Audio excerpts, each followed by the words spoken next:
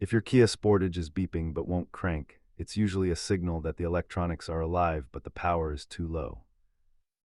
In over 80% of these cases, the beeping sound is actually a warning that your battery voltage has dropped below 12 volts.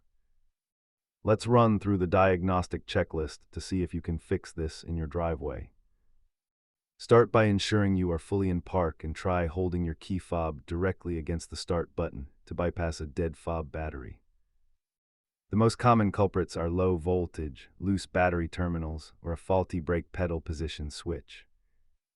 Listen to the pattern because a rapid beep usually means the car cannot find your electronic key signature. If your lights are dim, try a jump start first, but call a professional if you smell burning or see a flashing security icon. A new battery or brake switch is a relatively cheap fix compared to replacing a burnt-out starter motor. You can often clear a software glitch by disconnecting the negative battery terminal for 10 minutes to reset the computer. Keep a basic 10mm wrench and a portable jump pack in your trunk to handle these issues on the road.